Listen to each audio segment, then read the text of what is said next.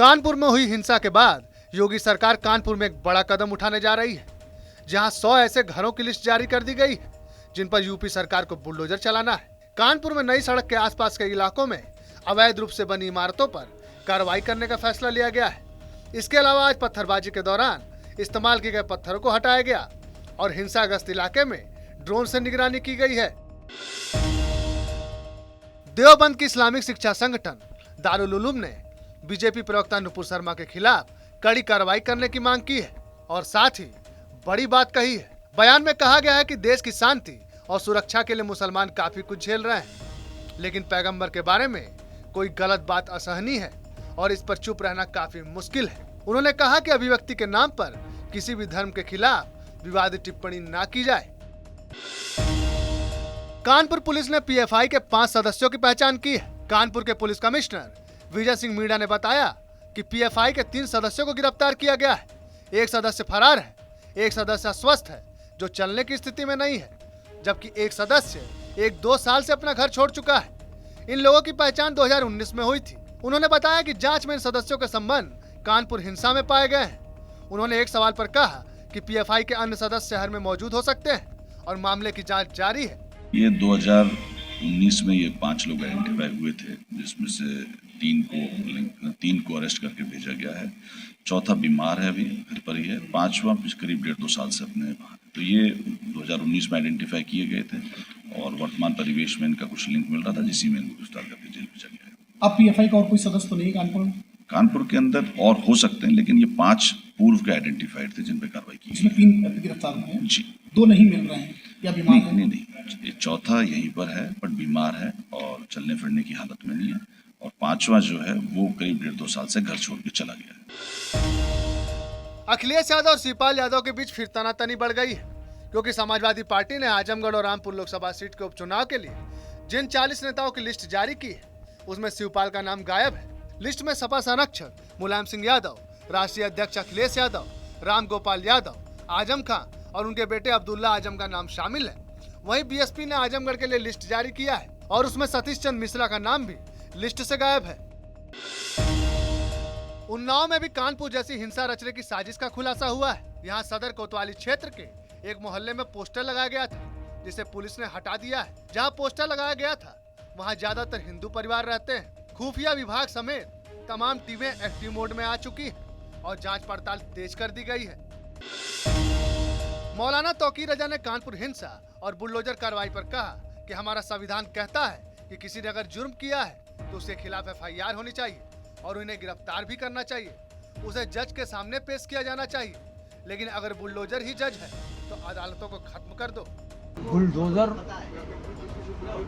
अगर जज है तो फिर अदालतों को खत्म कर दीजिए। किसी ने जुर्म किया है उसके खिलाफ एफआईआर होनी चाहिए, उसकी गिरफ्तारी होनी चाहिए, उसको जज के सामने पेश किया जाना चाहिए। है कायदा ये है, संविधान ये कहता है। बाकी किसी के खिलाफ कोई शिकायत आ गई, आपने मान लिया कि ये मुजरिम है और उसके घर पे बुलडोजर चला दिया, ये अन्याय है। ये अन्याय किसी भी कीमत पे बर्दाश्त नहीं किया जाएगा। बांदा जेल में बंद बाहुबली मुख्तार अंसारी के फर्जी एम्बुलेंस मामले में बाराबंकी के डीएम ने गैंगस्टर एक्ट के आरोपी मोहम्मद जाफरी उर्फ शाहिद के 39 लाख की कीमत के वाहनों को कुर्क करने का आदेश जारी किया है। मोहम्मद जाफरी को अप्रैल में गिरफ्तार करके जेल भेजा गया था। मोहम्मद जाफरी पर मुख्तार अंसारी के साथ रहकर अवैध धन अर्जित किए जाने का भी आरोप है। जिन गाड़ियों का जिला मजिस्ट्रेट न्यायालय द्वारा कुर्की का आदेश पारित किया जाता है, उन गाड़ियों की अभिरक्षा हेतु एआरटी प्रशासन बाराबंकी को एज ए प्रशासक नियुक्त किया जाता है। तत्क्रम में जो फाइल हमारे पास आती है तो उस गाड़ी को हम ब्लैक लिस्ट कर देते हैं यहाँ से, ताकि उसका अग्रिम रूप से कोई कार्रवाई ना हो सके, जैसे ट्रांसफर या किसी प्रकार से उसकी गलत उपयोग ना हो सके। और साथ ही हम जिस थाने में बंद होती है वहाँ को थानेदार या संबंधित पुलिस कप्तान को सूचित करते हैं कि इसको सुरक्षित तरीके से वहाँ पे रखा जाए। बस इसका तात्पर्य हमारे लिए इतना है। उत्तराखंड के हल्द्वानी में भाजपा की प्रदेश कार्य समिति की बैठक आयोजित हुई।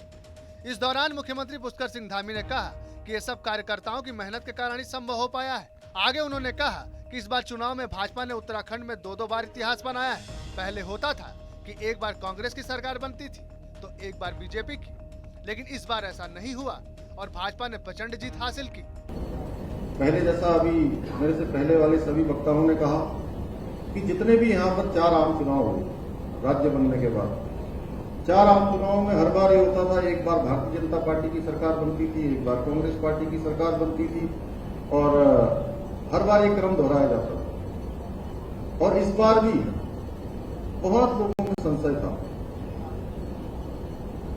यहां से बोलते समय आदरणीय नरेश जी कह रहे थे, मैं सच बताऊं तो आपने हमेशा मेरा मार्गदर्शन किया है और आपकी एक एक बात हमको ऐसा लगता है कि वो हमारे लिए एक शिक्षा है और इस शिक्षा को मैंने ग्रहण किया है और मैंने देखा है कि किस प्रकार का वातावरण था और आप सब लोगों ने भी देखा होगा। जब हम चुनाव में जा रहे थे तो किस प्रकार की स्थिति थी और कैसा शुरू में वातावरण था।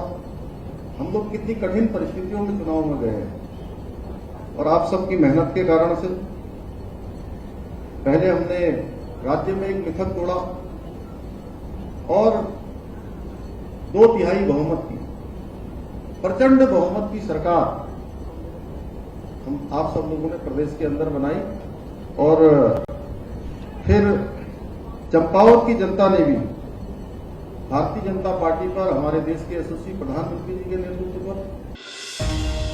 यूपी में बुलडोजर का एक्शन जारी है। आज कन्नौज में समाजवादी पार्टी के कार्यालय समेत कई अवैध कब्जों पर प्रशासन का बुलडोजर चला। कुछ जगहों पर लोगों और प्रशासन के बीच तीखी नोकझोंक भी हुई।